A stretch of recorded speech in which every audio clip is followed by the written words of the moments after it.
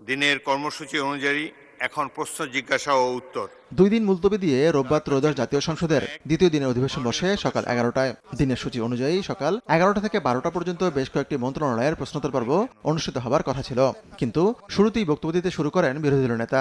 আমি সময়ের বাধ্যবাধকতার কারণে একটা বিষয় আলোচনায় যাওয়ার আগেই উত্থাপন করা খুব জরুরি মনে করছি। এ সময় তাকে থামিয়ে দিয়ে পরবর্তীতে আবারও সুযোগ দেবার আশ্বাস দেন স্পিকার। দিনের কর্মসূচি অনুসারে যেটি আগে নির্ধারিত এটা আছে আজকের আমরা দিনের কন্টিনিউ মধ্যে করি। এই ফ্লোরটা এই প্রশ্নোত্তরকালের পরে টাইম মাননীয় আছে। স্পিকার, Thank অনেক you, ধন্যবাদ। বিরোধী দলীয় নেতা। নির্ধারিত প্রশ্নোত্তর পর্ব শেষে বেলা 12টায় শুরু হয় জরুরি জনগুরুত্ব সম্পন্ন বিষয়ে মনোযোগ আকর্ষণ। সে সময় বক্তব্য রাখেন জামায়াত আমির। সংসদ স্বাভাবিকভাবে বক্তব্যের শুরুতেই তিনি বলেন, কথা ছিল যে পদ্ধতিতে সংসদের প্রথম অধিবেশন আহ্বান করা হবে একই পদ্ধতিতে সংবিধান সংস্কার পরিষদের অধিবেশনও আহ্বান করা হবে, কিন্তু সেটি এখনো কেন করা হলো না সে বিষয়ে সংসদের কাছে প্রশ্ন রাখেন বিরোধী দলীয় নেতা। সংসদ নির্বাচনের ফল ঘোষিত হওয়ার 30 পঞ্জিকা দিবসের মধ্যে যে পদ্ধতিতে জাতীয় সংসদের প্রথম অধিবেশন আহ্বান করা হইবে অনুরূপ পদ্ধতিতে পরিষদের প্রথম অধিবেশন আহ্বান করা হইবে। আমার বিষয়টা এখানেই কনসার্নের।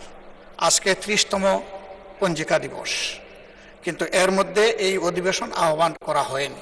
রেইনবো অলরাউন্ডার এক্সটেরিয়র পে বাড়ির বাহিরের দেয়ালের সুরক্ষা নিয়ে থাকুন নিশ্চিন্ত, সাথে পাচ্ছেন 10 বছরের ওয়ারেন্টি। উত্তরে স্বরাষ্ট্রমন্ত্রী বলেন, সংবিধান পরিবর্তন করতে পারে এমন কোনো বিষয় অধ্যাদেশের মাধ্যমে আসতে পারে না।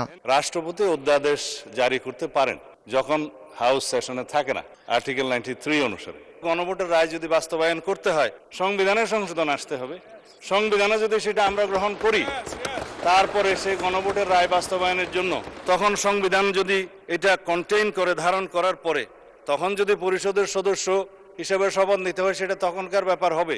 স্বরাষ্ট্রমন্ত্রীর মতে জুলাই সনদ অবশ্যই অক্ষরে অক্ষরে বাস্তবায়িত হওয়া উচিত, তবে সেটি হতে হবে সংবিধান মেনে। জনরায়কে সম্মান দিতে হবে, কিন্তু সেটা সাংবিধানিকভাবে দিতে হবে, আইনগতভাবে দিতে হবে। এখানে ইমোশনের কোনো জায়গা নাই। রাষ্ট্র ইমোশন দিয়ে চলে না, রাষ্ট্র চলে সংবিধান দিয়ে, আইন দিয়ে, কানুন দিয়ে। 133টি অধ্যাদেশ যাচাই বাছাই শেষে বিশেষ কমিটিকে প্রেরণ 2 এপ্রিলের মধ্যে এর প্রতিবেদন সংসদে দাখিলের নির্দেশ দেন স্পিকার। সেদিন ছিল ঈদের আগের শেষ অধিবেশন। চলতি মাসের 29 তারিখে বসছে পরবর্তী অধিবেশন, চলবে 30 এপ্রিল পর্যন্ত। বিধি অনুযায়ী খাতিকুর রহমান তামাল, সময় সংবাদ, ঢাকা।